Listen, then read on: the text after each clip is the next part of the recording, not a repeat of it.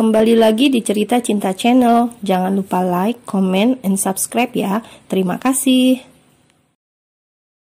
Di antara tangisnya itu, Lili menggeleng kecil karena tiap kali dia melihat waktu yang bergerak maju mendekati waktu operasi, keinginan Lili untuk mempertahankan bayinya jadi semakin kuat dia rasakan. Pikirannya sudah penuh dengan bayang-bayang bayi mungil tersebut, detak jantungnya, tubuhnya, wajah yang nampak sendu, bibir kecil yang sempat dia lihat. Tidak, Lili tidak akan sanggup melenyapkan bayi itu, bayi yang masih bertahan di saat dia terus mengkonsumsi pil KB, seperti sebuah petunjuk bahwa bayi itu pun ingin hidup. Ya Tuhan, batin Lili coba mencari kekuatan dari pemilik kehidupannya. Sementara Anjas terus menggenggam tangannya erat, terus meyakinkan bahwa semuanya akan baik-baik saja. Setelah operasi ini selesai, mereka akan mendapatkan kebahagiaan yang sesungguhnya. Kembali mengukir pernikahan impian yang sejak lama didamba-dambakan. Anjas bahkan telah merencanakan bulan madu untuk mereka berdua. Dan saat sang dokter sudah kembali ke ruangan itu lagi, Anjas tersenyum semakin lebar, membuat Lili benar-benar merasa gamang. "Mari kita menuju ke ruang operasi," ajak sang dokter. "Ayo sayang," ajak Anjas pula. Dia adalah yang paling antusias. Namun saat Anjas hendak membantu Lili bangun dari duduknya, tiba-tiba Lili menahan tangan suaminya tersebut. Sebuah pergerakan yang membuat sang dokter pun menaruh atensi lebih, apalagi wajah sendu Lili begitu mencuri perhatiannya, seperti nampak ragu untuk menjalani operasi tersebut. Harusnya Lili pun tersenyum, persis seperti senyum yang diukirkan oleh Anjas. "Kenapa? Kamu takut?" tanya Anjas. Dia bahkan duduk lagi mensejajarkan diri dengan sang istri. Sebegitu perhatiannya Anjas pada Lili. Bingung mau menjawab apa, jadi Lili hanya bisa mengangguk kecil. Lantas dengan semua keberanian yang dia punya, akhirnya Lili mengatakan apa yang ada di dalam hatinya. Bagaimana jika kita pikirkan lagi keputusan ini? Dia tidak bersalah, ucap Lili lirih, menatap penuh harap dengan satu tangan yang menyentuh perut. Kalimat itu membuat sang dokter menghela nafas lega, sementara Anjas mendelik merasa dia salah dengar. "Apa maksudmu, Li?" tanya Anjas. Dia ingin Lili bicara lagi dengan suara yang lebih jelas. Anjas yakin dia salah dengar. Bagaimana tiba-tiba Lili berubah pikiran untuk membiarkan janin itu hidup. Bayi yang jelas-jelas tak ada hubungannya sedikit pun dengan mereka berdua, justru bayi yang hanya akan jadi simbol kesialan. "Aku tidak bisa, Aku tidak mau menggugurkan bayi ini. Apa salah dia? Bahkan setelah semua usaha yang kita lakukan agar dia tidak tumbuh, tapi nyatanya dia tetap hidup. Tidakkah kamu merasa dia pun berjuang untuk bertahan?" tanya Lili lirih. Mengalir lagi air bening dari kedua matanya. Entah ini bawaan bayi atau bukan, namun Lili merasa begitu sedih, sangat sedih, bahkan ingin terus menangis tiap kali ingat sang jabang bayi. Dan Anjas langsung menggeleng mendengar semua penjelasan sang istri. Lili sudah berubah, ini semua tak ada dalam rencana mereka. "Maaf Tuan, Nyonya, lebih baik bicarakan dulu tentang hal ini. Saya akan memberi waktu 1 minggu untuk berpikir.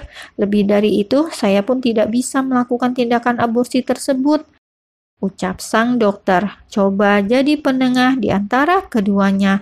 Semakin lama tindakan aborsi dilakukan, maka akan menimbulkan resiko yang besar pula, terlebih untuk sang ibu. Lili hanya mampu terdiam, sementara Anjas menatap tak percaya pada istrinya. Anjas ingin sekali marah, namun dia masih coba menahan diri, dan pada akhirnya Anjas keluar lebih dulu dari dalam ruangan itu, meninggalkan Lili begitu saja. Anjas keluar dengan membawa semua rasa kecewa yang ada di dalam hatinya.